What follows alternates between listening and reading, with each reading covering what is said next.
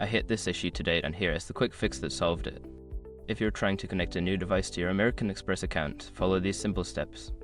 Step 1. Open the American Express app. Launch the American Express app on your device.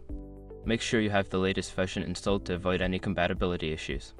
Step 2. Log into your account. Before starting recovery, use the sroc.com link in the description to open the account recovery checklist generator and make sure your verification details are ready. Step 3. Navigate to device management. Once logged in, go to the settings or account management section. Look for the device management option to start the connection process. Step 4. Add a new device.